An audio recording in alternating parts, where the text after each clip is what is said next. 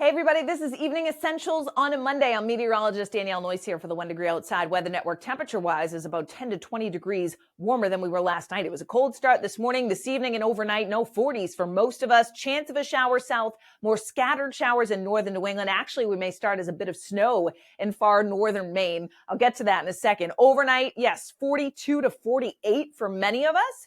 30s, you notice, from St. Johnsbury into Berlin, New Hampshire, into far northern Maine, from Greenville back up to Caribou before we get some of the milder air to come in. So mid to upper 30s in those spots. But otherwise, it's a really mild night.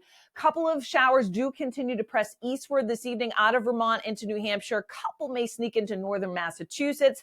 There's not a ton of moisture with this surge of warmth, this warm front that's coming in. Cold enough, you notice late this evening, a little bit blue here on the map, mixing in with some snowflakes, as much as a coating to an inch in the far northern portion of Aroostook County.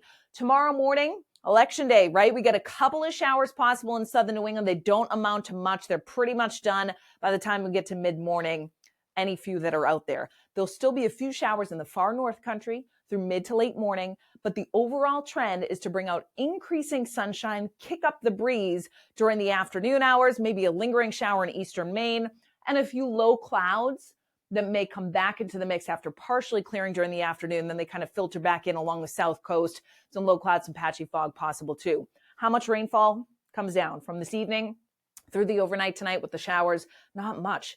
Even where we do get a few in southern New England, it's a trace to maybe a few hundredths to as much as a tenth to maybe a quarter of an inch in far northern New England. Again, Maine, we start off with that coating to an inch of snow and then flip over to a little bit of rain. Then it's all about the warmth tomorrow. Not record-breaking warmth, that's Wednesday. We'll get there, but 70 plus in many areas from Bennington to Lawrence, Boston, Providence, Danbury, Connecticut. Many areas all the way from central into southern New England go upper 60s to lower 70s. South coast, 65 to 70 degrees. Far northern New England, low to mid 60s for many areas, 50s across northern Maine. The wind is going to kick up too. So let me show you the gusts, because this means our fire danger is going to remain elevated here. Now, fires will be able to spread easily. Keep that in the back of your mind here, obviously. We're talking about that wind starting to kick up this evening and tonight. Tomorrow, gusts 20 to 30 miles per hour. You notice the green shaded areas in southern New England, Champlain Valley, western portion of Vermont too.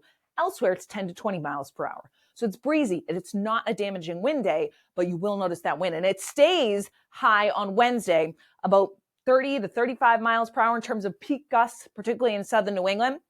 And then it will slowly ease. That's a gradual process. It still stays a little bit high when you get into eastern Massachusetts and the coastline of Maine by Wednesday evening. So that's the wind gust potential in terms of elevating fire danger and continuing to remain that way through the middle part of the week. School days ahead for the kiddos. It is not feeling like November. I mean, mornings that will feel like the 50s and 60s right on through the middle part of the week, and then 60s and 70s for recess and after school. So no weather-related issues there. The short sleeves, still dressing for it here, kind of unseasonable here for the beginning of November for the kiddos. Now, all of our weather information, of course, is on our website. I took you through Election Tuesday for tomorrow, but many more details through the middle part of the week. Matt had insights out. That's on our website. App, of course, our videos are right at the top. It's free in the App Store and Google Play. You can click the Send to Us tab if you want to send us some photos. We get our photo segment coming up on Thursday. And pattern predictions. Matt took a detailed look at the next couple of weeks so you can make your plans. That's on our website as well, along with all of our weather information. Again, 1degreeoutside.com. Have a great night, and we'll see you with more weather tomorrow morning.